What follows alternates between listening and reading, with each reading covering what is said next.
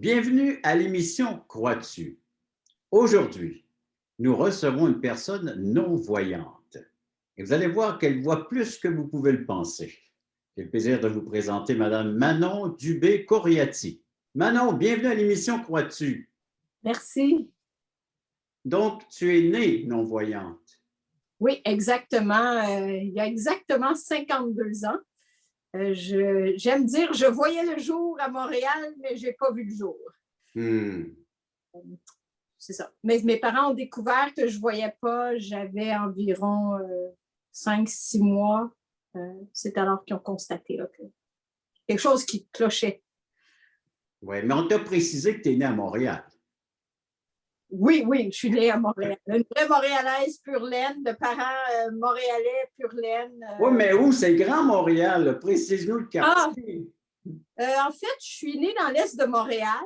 Ma mère était originaire, a grandi à Rosemont, mon père à Hochelaga. Puis quand ils se sont mariés, ils ont habité. On s'est promené un peu à Montréal, mais pas mal dans l'est de Montréal. Bon. Alors, parle-nous de cette enfance passée à Montréal. En fait, quand je suis née, j'avais déjà un frère de 2 ans qui voyait très bien. Et 3 ans et demi plus tard, c'est une autre sœur qui s'est ajoutée à la famille. Elle non plus ne voyait pas bien.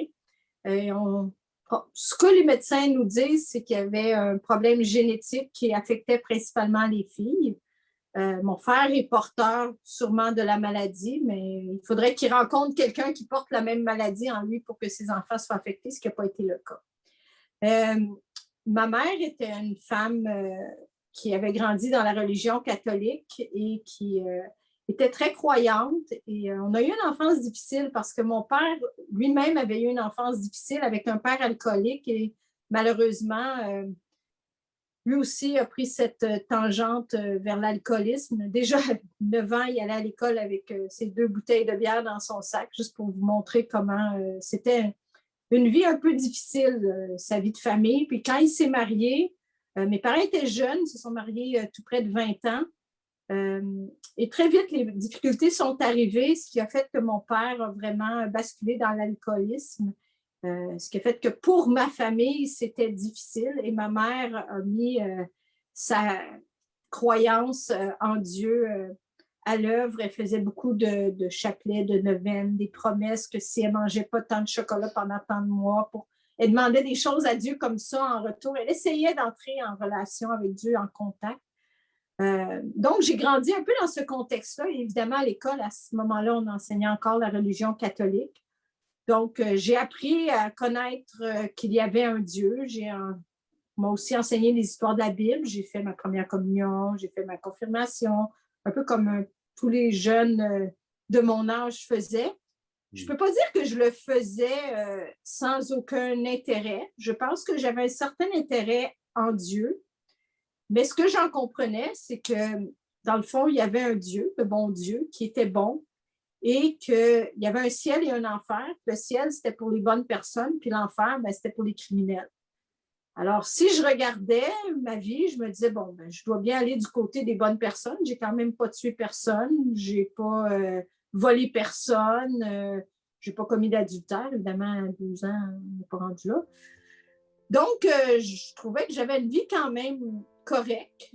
Puis, je me disais que pour moi, sûrement que j'irais au ciel, sans avoir de certitude, évidemment. Mais en même temps, vous savez, à 12, 13, 14 ans, on ne se pose pas plein de questions. On peut juste continuer.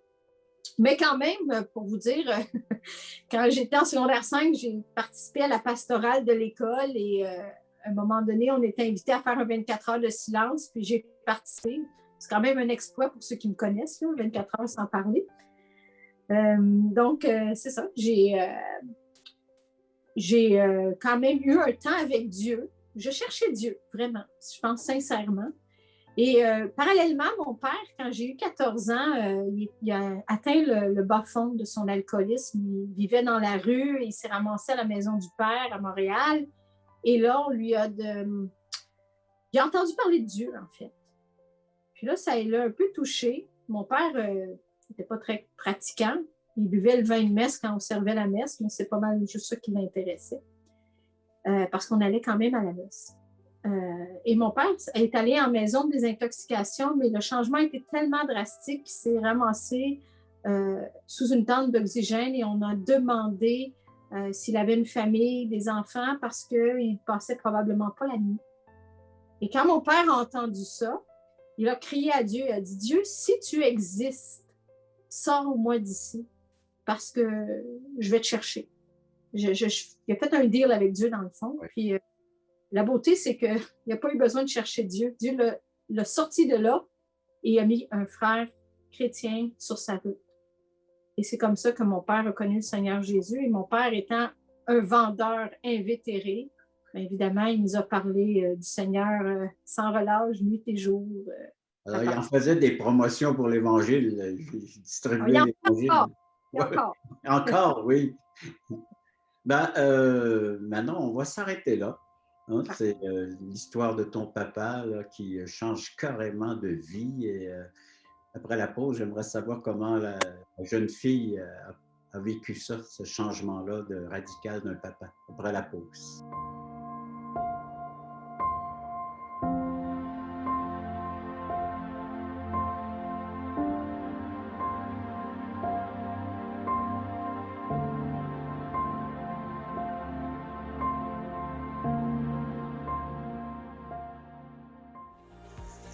Le ministère Croix-tu est très heureux et enthousiaste de vous inviter sur Zoom en direct tous les samedis 9h30 Canada, 15h30 Europe. Nous vous présenterons des témoignages d'espoir vivants et percutants qui nous ramènent à l'essentiel, la Bible, la parole de Dieu et l'assurance d'une vie éternelle en Jésus-Christ. Pour participer à notre réunion Zoom, allez simplement sur notre site web croixtu.ca et cliquez sur le bouton. Nous vous attendons en grand nombre.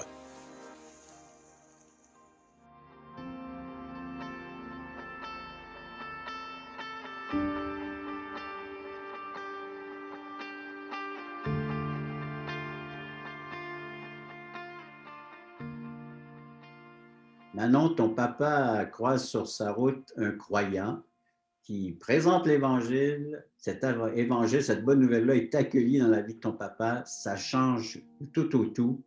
Il arrête de boire, ou du moins, puis là, il fait la promotion chez lui et partout où les gens veulent bien entendre, et même ne pas entendre, mais il fait promouvoir l'Évangile, la bonne nouvelle.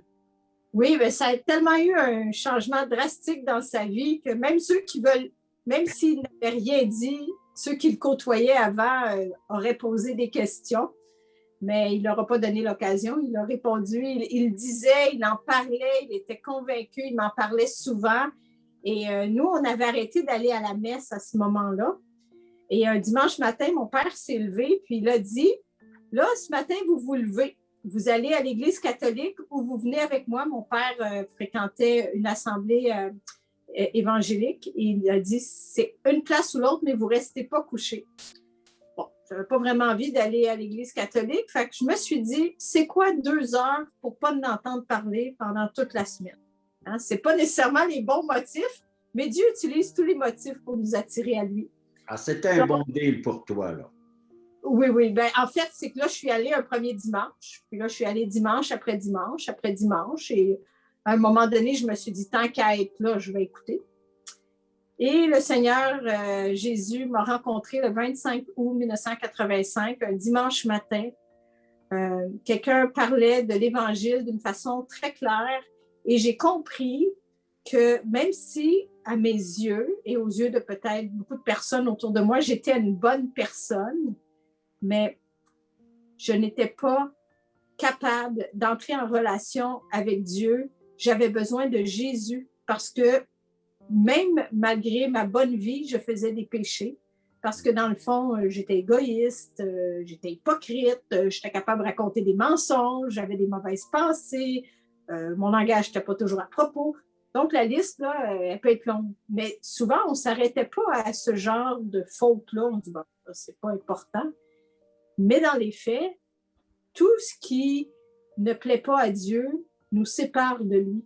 Et en fait, tout ça est arrivé dans le jardin d'Éden quand Dieu avait dit à Ève de ne pas manger le fruit, puis qu'elle a choisi d'écouter le serpent, puis qu'il disait, ben non, vas-y, mange-en, puis tu vas voir, tes yeux vont s'ouvrir, puis tu vas être comme Dieu. Puis... Mais elle a été séduite par cette pensée-là, et ça a fait que, ben, est comme devenue, c'était comme si Dieu a comme pris le bord, on dirait en québécois, puis c'est comme, elle a rejeté Dieu, puis à ce moment-là, il y a eu un fossé qui s'est créé, la relation a été brisée entre l'humanité et Dieu. Et ça vient jusqu'à moi. Et ça, je comprenais ça cette journée-là. Et je comprenais que dans le fond, malgré ma bonne vie extérieure, j'avais besoin de Jésus qui était mort sur la croix pour mes péchés à moi. Puis que si je n'acceptais pas ce qu'il avait fait à la croix, puis que je ne lui demandais pas de pardonner mes péchés, ben à ce moment-là, je serais séparée de lui pour l'éternité parce que dans le fond, oui, l'enfer existait vraiment, mais ce n'était pas nécessairement pour les mauvaises personnes qui avaient fait des crimes odieux, mais c'était pour toute personne qui ne choisit pas de donner sa vie à Jésus-Christ, d'accepter son sacrifice sur la croix, puis dans le fond, de faire de lui notre Seigneur. Et c'est ce que j'ai fait cette journée-là. J'ai dit à Dieu, j'ai dit, dans le fond, je réalise que j'ai besoin de toi.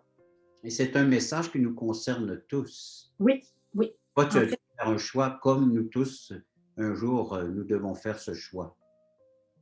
Oui, exactement. Il n'y a pas personne qui naît en ayant déjà fait le choix. Il n'y a pas personne qui peut faire le choix pour nous non plus. Mon père ne pouvait pas décider pour moi quand je suis née, puis il ne pouvait pas plus décider pour moi quand j'avais 16 ans puis que je résistais.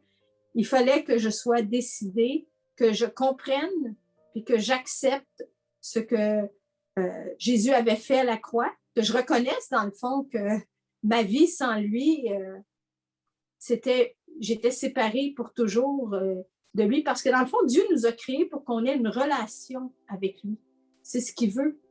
Et cette relation-là, on peut l'avoir avec Dieu seulement à travers Jésus-Christ, puis à travers le fait que lui est mort sur la croix pour nous reconnecter à Dieu, si on veut. Ça dit dans la parole de Dieu que Jésus, c'est notre avocat auprès du Père, parce qu'un jour, Dieu va juger le monde. Mais tous ceux qui auront cru en Jésus, Jésus va se tenir devant Dieu et va dire non, pas elle, pas lui, pas elle. Son nom est écrit dans le livre de vie, je la connais. Elle a accepté la mort sur la croix. Elle est devenue mon enfant et le jugement n'est pas pour elle. J'ai pris sa place à la croix. Sa condamnation, je l'ai portée et elle n'est plus condamnée. Et c'est ça qui... Donc, tu as fait ce choix, tu as pris cette décision de mettre ta foi en Jésus-Christ, d'avoir confiance en lui. Oui, et j'aime ça parce que ce n'est pas juste une foi intellectuelle. La parole de Dieu dit que Satan croit en Dieu puis il tremble parce qu'il sait très bien ce qui s'en vient. Mais avoir la foi, ce n'est pas une connaissance intellectuelle. C'est pas... quand je parlais de ma mère avait la foi en Dieu quand j'étais enfant, mais elle ne connaissait pas Dieu. Vous savez, dernièrement, Michel Louvain est décédé et on lui a rendu de vibrants hommages. Beaucoup de gens aimaient Michel Louvain et beaucoup de gens diraient qu'ils connaissaient Michel Louvain. Mais moi, j'aimerais mieux dire qu'ils connaissaient beaucoup de choses sur Michel Louvain. Mais pour savoir si on connaît vraiment quelqu'un, c'est que quand je rencontre la personne, c'est que la personne va me reconnaître. Puis elle va dire « Ah, Manon, viens, c'est bon, je suis contente de te voir. » Mais moi, là, je connaissais plein de choses sur Michel Louvain, mais si je l'avais croisé dans la rue, j'étais une pure étrangère pour lui. Et c'est la différence. Quand je viens connaître le Seigneur Jésus-Christ, ben dans le fond, c'est plus une relation d'étranger, là. Il me connaît, je le connais, et on a une intimité, on a un lien précieux. C'est pour ça que tu t'es vêtue de bleu aujourd'hui, qui est la belle inconnue. Alors, voilà. Tu vois, la belle inconnue, la dame en bleu. Alors maintenant, c'est ça, la belle inconnue. Donc, il faut plus que de savoir des choses au sujet de Dieu. Il faut avoir une confiance, il faut avoir confiance, il faut le connaître. Comment le découvrir? Ben, après la pause, tu nous en dis mot là-dessus? Tu nous en parles un peu plus? Absolument. Parfait.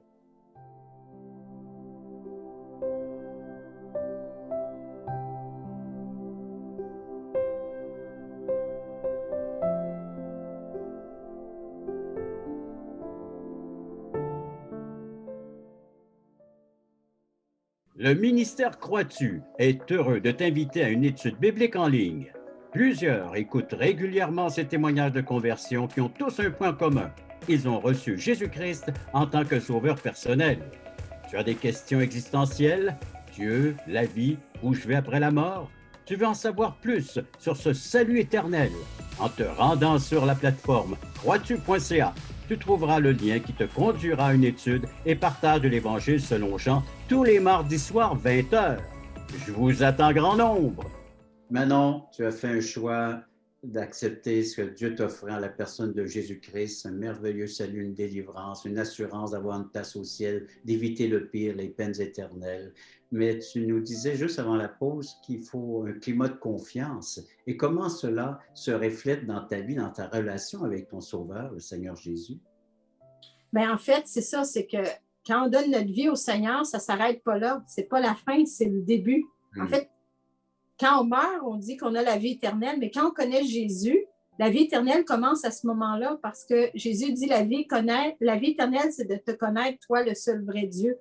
Donc, le jour où j'ai donné ma vie au Seigneur, je suis entrée dans l'éternité, mes yeux se sont ouverts, les yeux de mon cœur, et j'ai commencé une histoire d'amour avec mon Sauveur, mon Seigneur, et j'ai appris à lui faire confiance. Et j'aime ça l'illustrer avec deux illustrations. Il y a celle de la voiture. Des fois, je disais aux gens, quand je leur parle du Seigneur, je dis, tu dis que tu as la foi, d'accord, mais il y a une différence entre la foi et la confiance. Tu peux croire que si je te dis, est-ce que tu penses que je peux conduire ton auto? Et là, tu vas me dire oui. Puis là, je vais dire, donne-moi les clés. Puis tu vas dire, ben non, quand même. Tu vas dire, assis-toi à côté de moi. Non, non, non, non. Mais là, tu crois ou tu crois pas? Fait que c'est pas une croyance intellectuelle, mais c'est une croyance. La foi, c'est une confiance qui agit, qui met des pattes à ce qu'elle croit. Donc, elle s'assoit dans l'auto à côté, puis elle laisse l'autre conduire. Et c'est ce que j'ai fait avec le Seigneur, parce que dans les faits, c'est que lui est devenu le conducteur de mon auto. Et moi, je me suis assis à côté. Puis avec le temps, le Seigneur m'a même montré que c'était mieux que je m'assoie en arrière. Comme ça, je n'étais pas tentée de toucher au volant. Parce que quand même un chauffeur privé. Ben voilà. En arrière. Mais ça me fait plaisir de le partager avec les autres. OK. Mais l'autre image que j'aime bien démontrer, c'est que moi, j'ai eu le privilège, mon père, à l'âge de 16 ans, il m'a amené faire du ski. Il dit, tu vas apprendre à faire du ski alpin. On est allé, j'ai appris à faire du ski alpin, il me guidait, il disait gauche, droite, puis on descendait, il était derrière moi. Et un jour, j'avais une amie qui était autrichienne que j'avais connue à l'école biblique, puis elle m'invite chez elle. Je dis, ah, c'est génial, on va aller faire du ski dans les Alpes. Je suis en Cadillac, comme on dirait, parce que cette amie-là, c'est une ancienne instructeur de ski, fait qu'elle est bonne en ski. Tout va bien. On monte en haut, les Alpes, c'est quand même haut. Et rendu en haut des Alpes, on se met à descendre. Fait que là, j'explique comment ça fonctionne. Tu me dis gauche, gauche, droite, droite. Fait que je commence à descendre. Elle me dit gauche. Je m'en vais à gauche. Elle dit gauche. Puis là, je rentre dans le banc de neige. Ah, je m'excuse, je voulais dire droite. Bon. Donc, on a beaucoup ri, puis là, je me dis, oh, la pente est longue, là, j'espère que ça va se replacer. Puis oui, ça s'est replacé. Mais la beauté, c'est que le Seigneur, lui, quand il dit gauche, c'est gauche, quand il dit droite, c'est droite. Mais tout ça pour dire que je m'étais fiée sur le fait, dans le fond, ses qualifications pour lui faire confiance. Mais le Seigneur Jésus, lui, il a toutes les qualifications, on a toutes les raisons du monde pour lui faire confiance parce que lui, il veut notre bien, il veut ce qu'il y a de mieux pour nous, puis il prend soin de nous. Quand je donne ma vie au Seigneur, il pardonne mes péchés, mais il me donne aussi une paix là, qui surpasse toute intelligence. Que j'ai la paix même, peu importe les circonstances, peu importe une pandémie, peu importe n'importe quoi. Je n'ai pas été en détresse parce que je sais que Dieu est au contrôle. Et il dit aussi qu'il va pourvoir à tous mes besoins. Et ça, il a fait ça dans ma vie. Et je me souviens de moments, entre autres, où moi, j'ai étudié en droit et je devais aller savoir si je ferais mon stage après le barreau, si je faisais le barreau, ou si je m'en allais étudier comme interprète simultanée à Ottawa, parce que c'est ce que je voulais faire en bout de ligne. Puis à force d'écouter les conseils, il y avait plus de confusion qu'autre chose. Donc, je suis allée rencontrer la dame à Ottawa et j'ai dit au Seigneur, tu vas me convaincre, toi, de savoir c'est quoi le meilleur choix à faire. Faire une histoire très courte, j'ai été convaincue de faire mon barreau, mais j'ai dit au Seigneur, tu devras te charger du stage. Et il l'a fait parce que tous les endroits où j'ai envoyé un CV, j'ai été refusée. Mais l'endroit où j'ai eu mon stage, c'est un endroit où on m'a appelé sans que j'envoie de CV. Quelqu'un avait entendu que je cherchais un stage. Ils leur ont dit qu'ils voulaient que je sois prise en entrevue. J'ai eu le travail. Ce travail-là, j'ai été payée vraiment très, très bien pour l'époque. Ça m'a permis de payer mon année d'école biblique. Dieu, là, il trace des chemins tout tracés. Si on décide de lui faire confiance, de le suivre, c'est notre guide. Le Seigneur dit, je suis la lumière du monde. Celui qui me suit ne marchera pas dans les ténèbres, mais il aura la lumière de la vie. Je suis tellement contente de ne pas voir parce que je pense que si je voyais, je me serais pas mal plus arrangée tout seul. Mais le Seigneur m'a appris à lui faire confiance pour ce que je n'étais pas capable de faire. Et c'est vraiment extraordinaire parce que Dieu, là, il y a des chemins déjà tout tracés pour chacun de ceux qui choisissent de le suivre. Et c'est ce qu'il fait de ma vie. Je pourrais vous raconter histoire après histoire de comment Dieu... Raconte-nous d'autres faits, comme pourquoi Jésus t'a choisi, t'a conduit, te dirige dans ta vie. Tu es devenue une épouse, mère de famille. Raconte-nous ces faits-là aussi. Oui, en fait, moi, je pensais jamais me marier. Un jour, j'avais accepté que je ne me marierais pas. Puis le Seigneur m'a emmené le plus bel homme sur un plateau d'argent et on s'est mariés. C'est vraiment extraordinaire parce que Dieu prend soin dans les moindres détails. Puis moi, je me suis mariée à 35 ans. J'avais demandé au Seigneur 3 enfants avant 40 ans. Puis j'avais aussi demandé une année sans tomber enceinte avant d'avoir des enfants. Fait que si vous faites le décompte, là, il y a 5 ans entre le jour de mon mariage puis ça, là. Puis mon 3e enfant est né 5 jours après mes 40 ans. Et en plus, la première année, on n'a jamais empêché quoi que ce soit pour avoir des enfants. Puis je suis tombée enceinte. Je l'ai su 1 an et 7 jours après le jour de notre mariage. Donc, Dieu a vraiment honoré le désir de notre cœur. Il n'était pas obligé, là, mais il démontre son amour. Et aussi, j'ai eu le privilège, j'ai fait l'école à la maison à mes 3 enfants. Et déjà, le Seigneur le préparait d'avance parce qu'avant même de savoir qu'un jour je me marierais, on m'avait invité à faire de la traduction simultanée dans une conférence pour École Maison. Et c'est là que j'ai connu que ça existait. J'ai rencontré Michel. Ensemble, Dieu avait mis sur notre cœur ce projet-là aux deux. Tout entrait en ligne de compte. Nos enfants ont grandi. Maintenant, on est à Saint-Hyacinthe pour annoncer l'Évangile, parler de ce que le Seigneur fait dans notre vie. Un jour, on décide que notre garçon entre à l'école en plein milieu d'année parce que les filles sont déjà au secondaire. On voit que c'est la bonne chose pour lui. Et il arrive, le professeur qu'il a dans sa classe, elle se rappelle de notre famille quand on lui présente le nom de notre fils et elle demande à l'avoir dans sa classe. Et notre fils Emmanuel se trouve dans la classe de quelqu'un que le Seigneur avait déjà mis notre famille en faveur sur son cœur. Donc, il avait tout préparé. Et en plus, le meilleur ami de notre fils est devenu, sa mère est devenue une bonne amie à nous, puis quelqu'un qui aime le Seigneur, puis de qui on peut prendre soin. Alors, le Dieu du détail. Oui, le Dieu du détail. Mais maintenant, on doit s'arrêter pour prendre une courte pause. Mais après la pause, j'aimerais que, en tant que non-voyante, tu nous dises ce que nous devrions voir avec les yeux du cœur après la pause.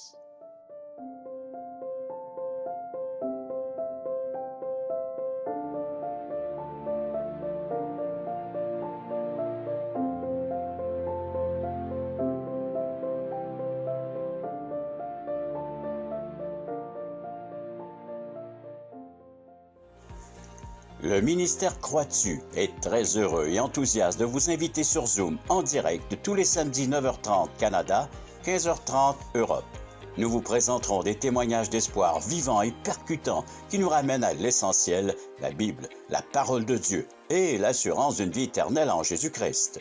Pour participer à notre réunion Zoom, allez simplement sur notre site web croixtu.ca et cliquez sur le bouton.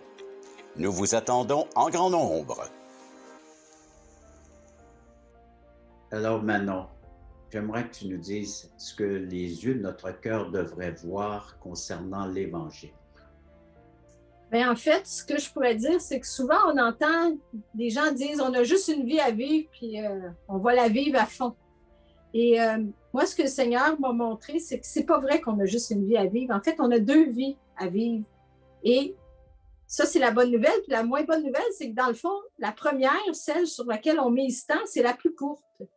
Mais c'est dans cette vie-ci, c'est la plus importante parce que c'est ici-bas qu'on choisit où on va passer l'éternité. Et moi, à 16 ans, quand les yeux de mon cœur s'ouvrent, que le Seigneur Jésus entre dans ma vie, ben dans le fond, je viens de choisir où je vais passer l'éternité en présence de Jésus. Et c'est ce qui est extraordinaire, c'est qu'un jour, je vais voir, mes yeux vont s'ouvrir et la première personne que je vais voir, c'est mon Sauveur, Jésus. Et ça, pour moi, c'est extraordinaire.